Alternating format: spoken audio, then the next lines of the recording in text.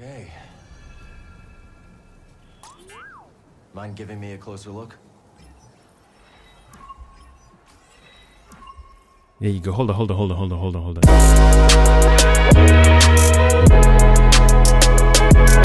We have our target. Now let's reach it. That's the one. That's the problem I had with the first game. The mapping system was really bad. This whole holographic thing, even Metal Gear Solid has it, but not as bad as this. You know where you're going when you put a marker, and I think having a waypoint in any game that has a map is important. You telling me to get from point A to B is cool, but since your mapping system is so whacked out, even God of War, dare I say it, had that same issue, and they patched it recently, but I think that's very, very bad. You should be able to set a waypointer, and then the game should have an inbuilt system where in case you're lost, you just hit a button and, you know, your camera resets to the direction of where you're going. It's like, okay, your camera's like, oh dude, this is where you're meant to be going, even though you're going that direction. This is the waypoint that you set yourself, especially if you're looking for hidden items when you finish the game, or you're close to finishing the game, or you're doing side missions and you've watched a walkthrough of someone who's finished the game. Then it's like, okay, I've watched his or her video and they say the hidden item is in this area. I would like to set a waypointer there myself rather than having this fixed. You only have to go from here to there because the game says so. Custom waypointers are very important. Horizon Zero Dawn had it in the first game. They have it in the second one. So with those generic mapping systems set in place, and it's not like it's a new thing. It's been an old thing for a while. I don't know why other games that have maps don't have that set as a default. We're the ones experiencing these games, so you have to make it as easy as possible for our navigation in your world. If your world is so vast, cool. No one's complaining about a big world, open world, small world. It doesn't matter. If you're saying there's Easter eggs, there's costumes to pick up, cool. But I just like to set waypoints to these particular locations so I don't get lost in an area that I'm not supposed to get lost in. Because eventually when you go to an area, you're picking up hidden items. It's a dead end. It doesn't tie into another hidden story path unless you've created it like that. Sekiro had that. In certain areas, you might have to venture off. Or same thing like the Neo Souls or the Dark Souls game or Soulsborne game. Apparently those games aren't so linear. So those are different types of games, different genres. But when you stick into the original, classic, traditional, go from point A to B, Assassin's Creed, same thing as well. I think they have waypointers in their maps as well. Moral of the story, make your navigation easy. Having a very elaborate map doesn't make sense to me. God of War suffers from that as well. You be at a point location and there's two icons. One is telling you this is where you are and one is telling you this is your character. I don't understand that. I think your character should be the same icon as where you are. Should have to be two mini separate icons because it pisses my eyes off. I don't know who else has the same complaints.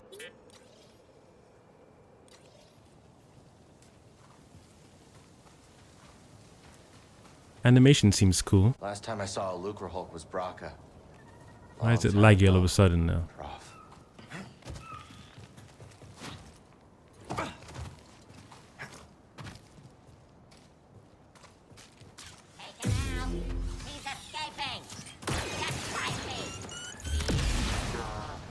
See, that didn't look exciting.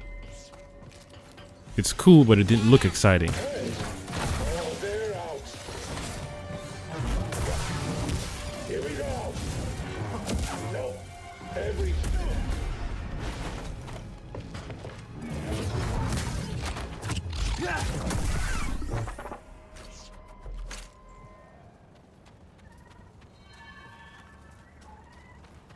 I tried to build my own droid once. Fascinating. And how did that go?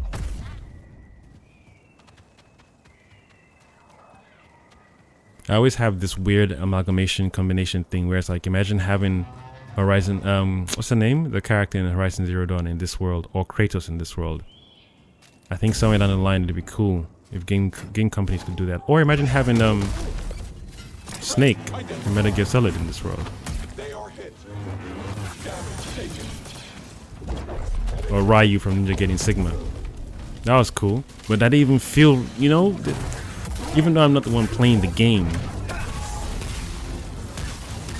to end you. Nice move. Everything burns.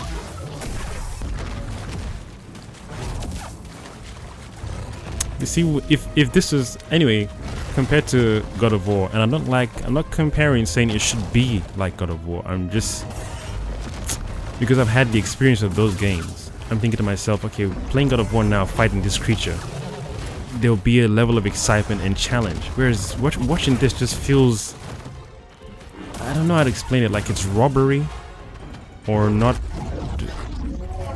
This takedown looks nice, but that's obviously not something you're doing manually. Just a one button input and the game does the rest.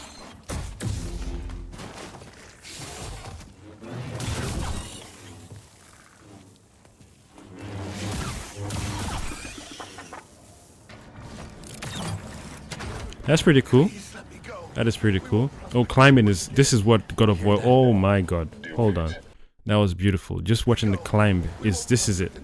This is what you want. Every game should just have fast climbing, especially when the map is big. All this slow climbing, like to low key set up the graphics or set up the world for the engine to build as you're climbing. I think that's whack and weak. It's too old. We don't have time for that. You've told me to get from point A to B. God of War suffers from the same thing as well. It won't let you jump on point. It just takes time, and it's like you can use the Chaos Blades to get from one point to another, but you can't manually use it at any point in time that you want to. It's fixed at one point, and other points you climb slow. I'm like, dude, even when you're is it grappling or sliding down a path or a wall, use the Chaos Blades again, but it doesn't apply to every part of the map, meaning every ledge you're on, where I think so. I could be wrong. I could be wrong on the sliding down part, but climbing up, you can't use the Chaos Blades manually. It's like fixed points, and which makes it look weird because, okay, who put those fixed points in the world where you could use a specific Chaos Blade or any other grappling thing? And if so, then why not just aim your Chaos Blade at any part of any wall or any high point and just, propel yourself up there? I think there's something they should work on, which I don't think they will, but it's my opinion. I guess they could work on or should work on in a third game, especially if they're going to use Atreus. If he's going to have his own separate game, I think traversing a high point, if it's going to be a constant, you should have it fixed and also open for your character to willingly point his or her grapple hook or whatever it is to any point in time they want to climb up. Do it. And that guy didn't even have any hole through his chest. He got shot by a laser. You hear that? No. Do it. And I know the rating has to be child friendly for children who are gonna play it. So I understand that, but still, man, you got shot. There should be a red spot at least, just to show this dude, so the laser just hit his chest or just penetrated and stopped. Whereas a lightsaber, you can put that through someone's body. Call it in. Another one down. Raven. On the offensive. Unless these guys are androids or whatever, they all have the same voice. The first guy he fought that looked like him had the same voice as well.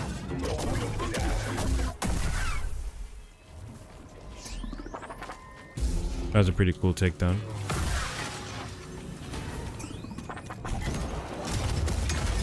That was nice. And I know he used the force, but I mean that line. There was a line that came right behind it. Yeah, that. I wonder what that was or is. Why is there a line between him and the... Unless that's like supposed to be the guidance system to choose which person or character you're going to throw a detonative device at. It even changed colors from yellow, blue, and red. That's pretty cool. That's pretty cool as well. So those are going to be the easy characters or easy targets.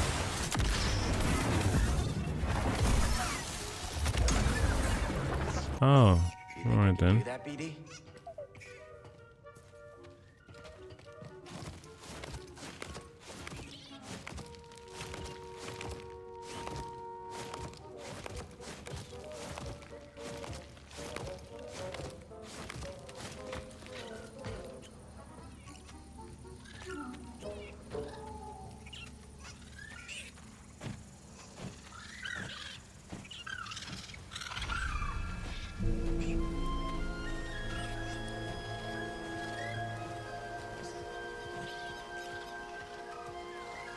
That is beautiful. That is, imagine that now, but as a Mandalorian character. Oh my goodness. My goodness, such worlds you can travel to. You can just fly your jetpack here. You can fly with your character's jetpack here. Beautiful. This is a beautiful shot right here.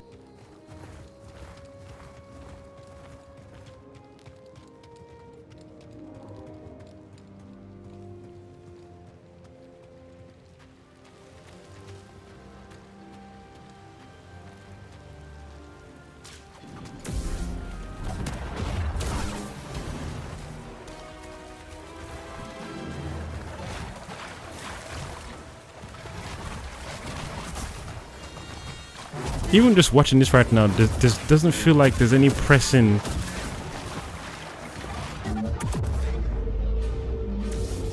I guess you can slow time down now. That's pretty cool. Doesn't even last long enough though. I think what would make this game fun for me is after unlocking everything, if there's a new game plus mode, I would just love infinite force powers. That would just make me keep playing the game over and over again, and maybe help me overlook any traversal problems or platforming. And I think that's what the Force Awakens game had.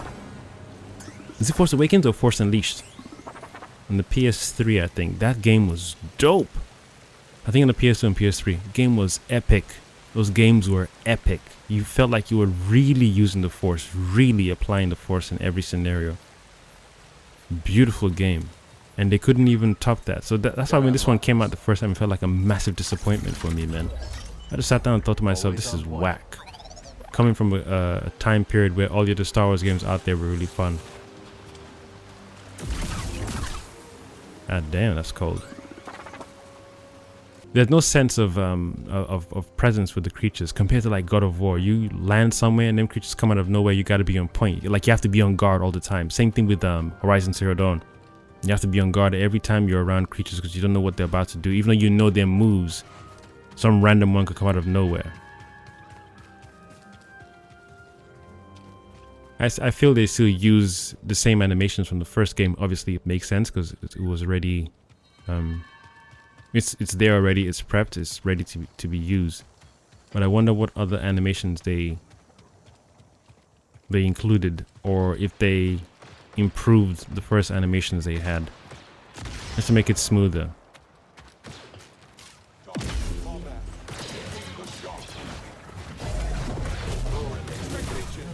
You saw even that it didn't feel right.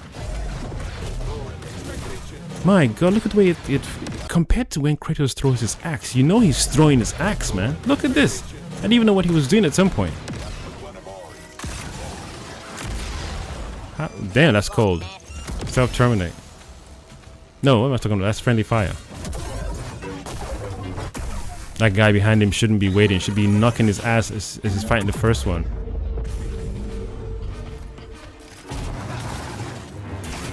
Nice.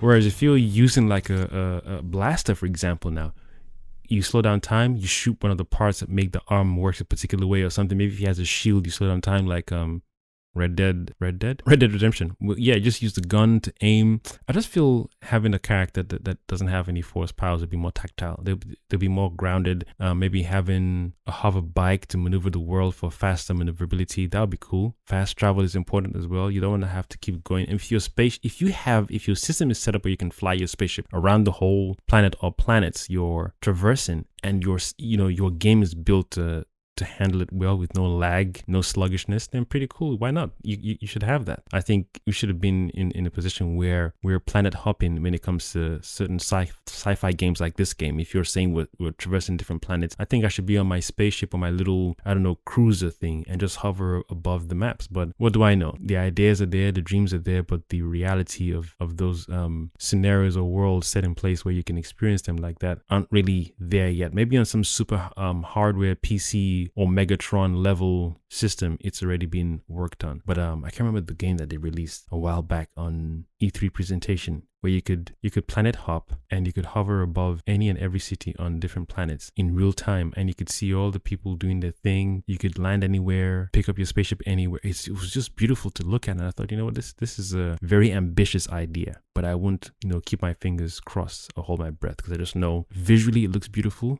But the reality of making that an outcome, nah. It's something that would have to scale down or lose or diminish or suppress or something. Just like when they do E3 for Ubisoft games. It looks so beautiful. The presentation is nice and sexy. But the final outcome is like, yeah, we have to cut this down, cut that down. But obviously the hook, line, and sinker part is when you get people involved via E3. Anyone who pre-orders games from Ubisoft during the E3 show, your people are brave.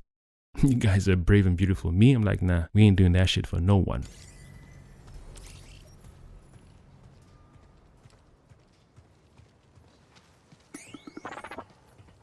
The world is so vast but yet empty, quiet, Aside from the music, there doesn't seem to be any ambience. They're weird things. I'd like to know what's in them too. Yeah, I'm not excited, man. I'll definitely pick it up if it's a demo. If there's a demo available, yes. Maybe I might pick it up maybe a year and a half or 2 years later when it's cheaper, or if they put it on PSN, maybe. But I'm still waiting quietly in the cosmos, in the deep, darkest part of the cosmos, waiting for a Mandalorian-esque game to release, where you've taken time to work on the cover, maneuverability.